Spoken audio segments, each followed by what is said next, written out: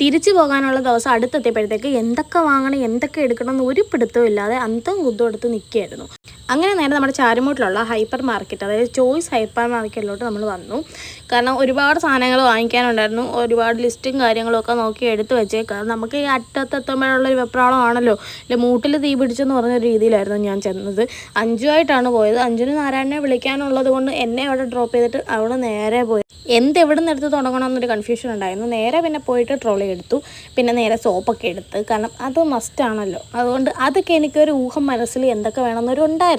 അല്ലാതെ ലിസ്റ്റ് നോക്കാതെ നമുക്ക് എടുക്കാൻ പറ്റുന്ന കുറച്ച് ഐറ്റംസ് ഒക്കെ ഉണ്ടല്ലോ. അങ്ങനെ ഞാൻ സോപ്പും കാര്യങ്ങളൊക്കെ തന്നെ പോയിട്ട് എടുത്തു. ഞാനങ്ങനെ വല്ലപ്പോഴും ഈ ചോയ്സിൽ വരാറുള്ളൂ. അതുകൊണ്ട് എനിക്കൊരു അന്തവും കുന്തവും ഇല്ലായിരുന്നു അത് എവിടേക്കാണ് എന്തൊക്കെയാണ് ഇരിക്കുന്നതെന്ന്. അതുകൊണ്ട് ഞാൻ ട്രോളി എടുത്ത ആ കട മൊത്തം ചുറ്റി കറങ്ങുമായിരുന്നു. അവസാനം ഒരുവിധം ഒരു പിടിയൊക്കെ കിട്ടിയപ്പം ഓരോന്ന് എടുക്കാൻ തുടങ്ങി. പിന്നെ ഞാൻ കുറച്ച് ടൈം എടുത്തിട്ടാണ് എല്ലാം എടുത്തത്. വീട്ടിൽ നിന്നൊരു നല്ല ലിസ്റ്റ് പ്രിപ്പയർ ചെയ്തിട്ടാണ് ഇറങ്ങിയത്. എങ്കിൽ പോലും കണ്ണി കണ്ടതൊക്കെ ഞാൻ ഒരുവിധമൊക്കെ എടുത്തു. നമുക്ക് അത്യാവശ്യം വേണ്ട കുറച്ച് സാധനങ്ങളൊക്കെ എടുത്തു. അതിൻ്റെ അടുത്തൊക്കെ ചെന്നിട്ട് ഞാൻ എടുക്കുകയാണ്. പിന്നെ എനിക്ക് കുറച്ച് കൺഫ്യൂഷനൊക്കെ വന്നപ്പോൾ ചിലതൊക്കെ എവിടേക്കാണ് ഇരിക്കുന്നതിൻ്റെ ഡൗട്ടൊക്കെ വന്നപ്പോൾ ഞാൻ അവിടെ നിൽക്കുന്ന സ്റ്റാഫിനോടൊക്കെ പറഞ്ഞു. അവരും കുറേ എടുത്തൊക്കെ തന്നു. പുട്ടുപൊടി അല്ലാത്ത ഈ അപ്പം പൊടി, ഇടിയപ്പപ്പൊടി അങ്ങനെയുള്ള പൊടികളൊക്കെ എടുക്കാൻ വേണ്ടിയിട്ട് നോക്കുക. അപ്പോൾ ഞാൻ ചെന്നാൽ പുട്ടുപൊടി എടുക്കാം. അങ്ങനെ പുട്ടുപൊടി എടുത്തിട്ട് പിന്നെ ബാക്കി സാധനങ്ങളൊക്കെ വാങ്ങി ഞാൻ നേരെ ഫ്രണ്ടിലോട്ട് ചെന്നു. അപ്പോൾ ബാഗ് കിടക്കുന്ന കോംബോ ഓഫർ 4 സാധനമാണ്. പുട്ടുപൊടി, അപ്പപ്പൊടി, ഇടിയപ്പപ്പൊടി, പിന്നെ റവ, ഇത്രയും കൂടെ കോംബോ ഓഫറിലുണ്ടായിരുന്നു. അപ്പം ഞാൻ നേരെ തിരിച്ച് ആ പുട്ടുപൊടിയൊക്കെ കൊണ്ടുവച്ചിട്ട് നമ്മൾ നോക്കുമല്ലോ, നമ്മൾ കോംബോ ആയിട്ട് കിട്ടുന്ന സാധനമൊക്കെ എടുക്കുമല്ലോ. അങ്ങനെ അതൊക്കെ എടുത്തു.